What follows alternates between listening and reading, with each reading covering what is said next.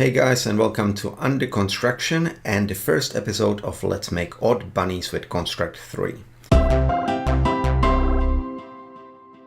Okay, so I'm on the Construct 3 page here, and I am looking at the comparison between the free edition and the personal edition. Now, the maximum events for the free edition are 25, so that was the main thing I was worried about when planning this project.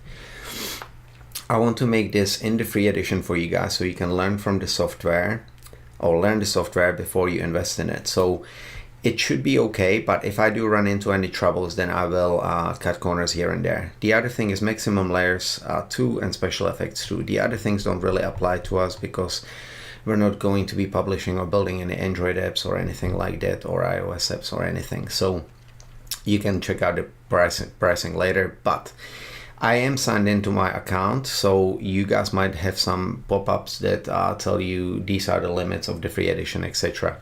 Now, since I don't want to be dismissing those, I am signed in. Obviously, I have a paid account, so I'm just going to click Launch Construct 3 and walk you guys step by step through the process of making this project.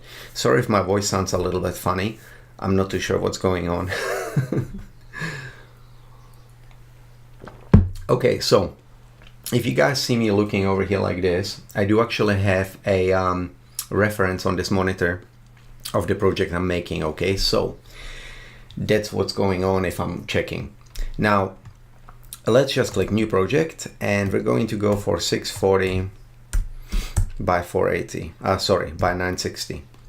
Now, as I've talked about in my previous projects about this, I like doing a portrait resolution because it works really well with mobile browsers. So when you if you release your game as an app, that works perfectly well. Also, one-handed play. A lot of people play with one hand. Maybe it's just I find that portrait lends itself really well to mobile. It still displays really nicely on the web, and you can still show more to the side outside the screen to fill up the screen on desktop. So if you're doing full screen, etc., the action is just going to be oriented or put in the middle. Now, this is also a good resolution because it's 2x3, which is sort of between 16:9 and the 4x3, which is the iPad. So it's not quite square, but it's not quite as widescreen as some of the phones now, which kind of go up to like 18.5:9 or something. It's crazy sizes. So we're going to call this Odd Bunnies, and that's all that we have to change. Don't worry about anything else. Orientations, landscape. I mean, it's portrait, so we're just gonna click that. Yeah, I think that's all we have to do here. Okay, so first thing we're going to do is over here, we're going to go to Scale Outer, and I think that's pretty much all the settings we have to change here. Okay, now in Layout 1, we're going to immediately click Unbounded Scrolling, which means it's not going to lock the window or the gameplay window to the upper left corner of the screen, and instead it is going to be situated in the middle of the screen, and you will be able to use nice little effects like shake screen and things like that. So the other thing I'm going to do is I'm going to change this here, where is it, to 640. This is the size for the project. It automatically makes it double. See, it stretches all the way out here. This is the 640 by 960. We don't need any of this extra space, so I'm just going to change that to the same as our project size. Okay, and as you see, we've already got an event sheet associated with this layout. So this is your layout, this is your event sheet. Okay, nothing in it just yet. Now I'm going to create an extra layer, and I'm going to create this layer, call this layer Fade, and I'm going to call this layer content. Now we are going to import a play button. Okay, so to do this, double click the screen, click sprite or double click sprite and tap on the screen. Now click this little folder here and navigate to wherever your graphic is situated. So this is our button play. And as you see, I make my sprites with a little bit of transparency on the outside. The reason for this is that when you export your graphics, if you don't leave anything on the outside, it automatically makes the edges jagged, okay? Because there is room on these corners to put some anti-aliasing or smoothing on the edges, okay? But if there is no space between the top and the bottom, it sort of cuts these sides and makes the line very straight, okay? And there's no room to anti-alias the edges. So I like putting a little bit of transparency around the buttons and any sort of rounded objects because it just looks a lot nicer. Now, the other thing you've got to worry about, or not worry about, but check, is that what Construct does automatically when you import a graphic, it tries to guess the shape, the collision shape. And as you see, it does the button here. Now, I don't like leaving it on this because on mobile devices, the bigger the button is, the better. If you touched, for example, right on the edge here, it wouldn't recognize the shape. This is really good if you're making games where an object collides with another, for example, and you don't want to do just a bounding box, which would be, you know, the square around the sprite. So that would be a really good use for this. But in this case, I will change it to set to bounding box, and that way the click area is going to be much better for mobile, and your finger is going to be able to touch some of these transparent areas or all of these transparent areas and still receive a tap or a click. Okay, so that's all we have to do here. And if you want to center this button on the screen, then you just press C. Now, I don't think there is a vertical center, so we're just going to go align, viewport, and vertical, and we're putting it right in the middle of the screen, okay? So now we've got our button on layer content, and you can see that right here. If you want to change the layer, you can change it right there. Now, let's change the name of this button to button play. And you might be thinking, why don't you call it play button? It kind of sounds nicer. Now, the reason I like calling my objects by sort of like a prefix, in this case button, you could call it BTN for short, short form, is because if you've got more buttons than one, then let's say you've got like a play button and a back button and whatever, they would all be situated in different places in the library. You might have a lot of objects and your play button might be at the top, and you know, alphabetically the back button might be somewhere else, okay, near the top because it's B. Now, if you want all your buttons to be bunched up next to each other, you call them button play, button back, and then they're all going to sit nicely next to each other and all your buttons are right there for you to see. So I like doing it that way. It makes a lot of sense to me, and you guys take the tip or not, it's up to you. It really works for me. So now the other thing we're going to do is now we're going to create another scene. So layout, add layout, and we're also going to add another event sheet, okay? Immediately we're going to change the size of it again back to just our original size, like this. Okay, so we've got layout 1, layout 2, and event sheet 1, event sheet 2. So if you double click on layout 2, you see that it's already using event sheet 2. Now let's just close this start page. We've got layout 1 and event sheet 1 open. We'll just open this up. Now we can rename all these, okay? We can rename all these. For example, in my case, I would want to call this menu. And what I like doing for the event sheets, and this is just the way I name things, and you guys can again use your own little techniques, bits and pieces.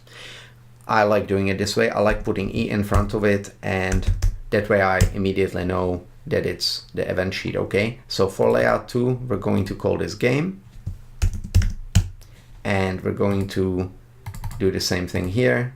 Just so if you're wondering how to change a name, you just click on it and then click once, or you can go rename like this, okay? E game. So now we've got these ones. I wish you could drag them down, but currently it's not possible to reorganize them yourself. They just move around alphabetically. You can drag these layers around, so I could drag that up or down. However, with the event sheets, they just sort of line up alphabetically.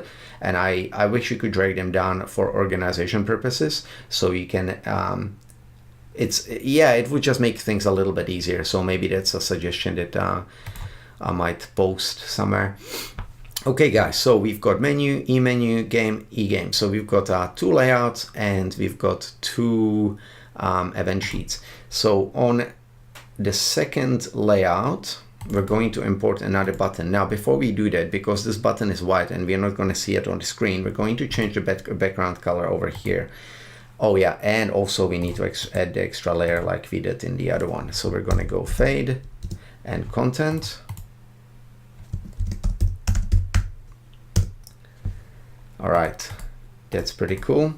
And so on content, we're going to change the color, background color to, what looks nice? Like, let's see, does aubergine look nice? It looks pretty good. Midnight, ocean. I like ocean. Ocean looks good to me, okay? And we're going to double click sprite. And again, we're going to import our button back. So as you see, same thing here. And we're going to go set bounding box. That's all we have to do there. Now, do you see how I'm freely dragging this? Now, one thing I really like doing in Construct is setting up a grid. Now, it depends on how big your objects are, but I usually go between 8, 16 by 16, 32 by 32. Now you also want to say snap to grid. This way you can drag this object and line it up perfectly to the edges, okay? You can make that grid as small or as big as you want. Now this is a really cool trick, and I really like using this because it just makes things lined up really nicely. You don't have any overlapping, you don't have your buttons sticking just slightly outside of the screen. You can really line things up exactly as you want. And normally what I do is I design my graphics in a vector program and then import them into Construct. So I usually read the coordinates from my vector program and just put the objects on exactly the same places. So we're going to rename this button back. So that's the same format that we've used for the other one. Button back, and as you see, we've got button back, button play in our library over here. Now, what we want to do is we want to add a behavior to this object. So we go behaviors, and this behavior is going to be anchor. So you can type in A here, AN, that way you find it easily, but you see it's just under general here. So we double click that, and we want that anchor behavior to be viewport left and viewport top. So it's going to stick to the left and to the top. Now don't worry about these ones, leave those empty. And obviously it's enabled. So if we now click preview, it will show the scene and it will show you what we've done. If we drag the screen out, you see that the button is always going to update to be in the top left, which is exactly what we want to go back to our original scene. Now we will change some of this later because I'm going to try if I can fit it under the event limit to create a pause menu or a settings menu and have a few more options in there, and you to be able to quit from that menu instead of from the game screen itself. We'll see how it goes. So we've got the main menu and we've got the game, and what we now want to do is we're going to do some simple events. Now, I'm not going to make this episode much longer because there's a lot of explanation going on, and I really want to talk about the specific little parts and things I do and the tips and tricks I've picked up over the years that help make the games a little bit more I guess nicer to play on mobiles and small devices and stuff like that. So I just want to talk about all the little things I believe are important to do before you, if you are trying to make cross-platform stuff. Okay, so we're going to insert a touch behavior over here. So touch. Let's just start that in. Yep, right here, touch, and as you see, it's just popped it here. Now that means now we can use the touch events with any objects in the game. So we go to this menu here. So E-menu, which is our event sheet for menu screen, for the menu screen or the menu layout. Add event, and we're gonna go touch. On touched object, we're gonna select button play, done. And we're gonna add a simple action which says go to, so we're going to go to system and we're going to go to another layout. So you can just type that in, go to layout, and we're going to select it from this little screen here. Done. See that? Easy. Now we're going to do exactly the same thing in this event sheet here. So in our game event sheet, we're going to go on touch and on touched object, click to choose, go button back, done. And we're going to now go to, again, system, go to layout, and we're going to go back to the menu. Okay, so let's play this. Main screen. What's going on? It's not working. What did we do? E-menu. Oh, sorry guys. So menu, E-menu, system, go to game. Otherwise it's just going to the same layout. Okay, so test it again. All right, touch, touch, touch, touch, simple as that. Okay, so I'm going to leave this here today because I think that's enough to squeeze into one episode, and I don't want to make them super long. I'm not sure how many episodes we'll have. Well, there's going to be little bits and pieces, and I'm planning to make a simple game, and I want to juice the heck out of it. Okay, like really make it as nice as possible, put particle effects if I can, things like that. If you can fit it into the free edition, then we're gonna do it. Okay, but I do want to explain things as I go, especially if you're starting out, so you can maybe pick up some of the little bits and pieces that I've struggled with and I've managed to find solutions for. Now, one last thing I wanted to talk about is when it comes to small buttons, okay, the recommendation by Apple is that your smallest clickable button should be 44 by 44 pixels. Now this is at the 320 by 480 original iPhone size.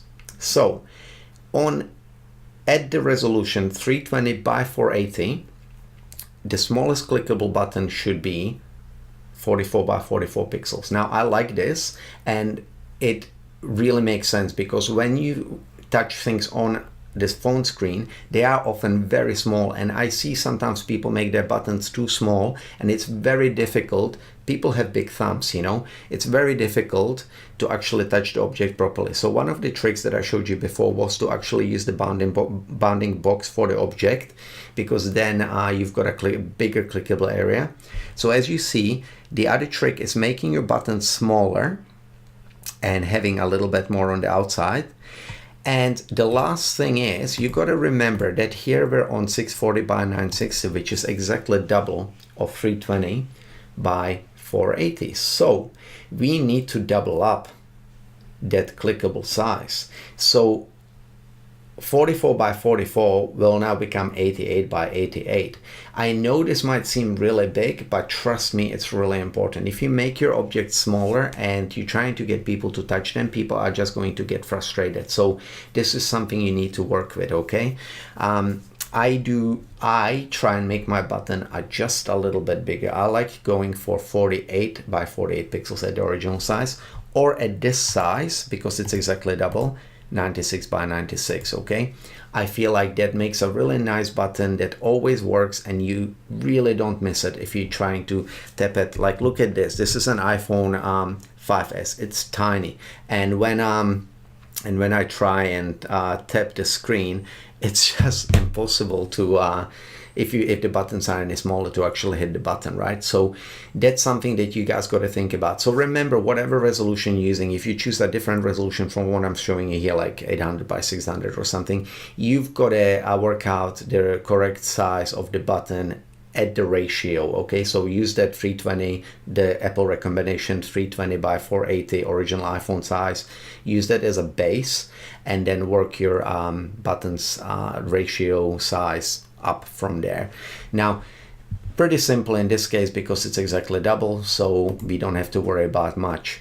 But that is something that I would definitely work towards. So that's pretty much it for this episode, guys. Let's just go project, save as, cloud save. Now you can save this as obviously a file somewhere else, whatever. I've got my prototypes folder here, and we're just going to call this Odd Bunnies, which we've already done at the start. So I could have just gone save, but let's just save that project again. Over here, down in the lower right corner, it shows you that it's succeeded. Don't close the project before then. Just make sure that it saves properly. All right, guys, so I think that's it for today. In next week's episode, we are going to start adding some fade effects and stuff like that. So we'll fade in, fade out, that sort of thing. And I'll slowly build onto this project every week and see what I can add within a reasonable time limit, so we don't sit here for ages, and so you can take some of the information in. Okay, hope you enjoyed this episode, and I will talk to you guys in the next episode of Under Construction.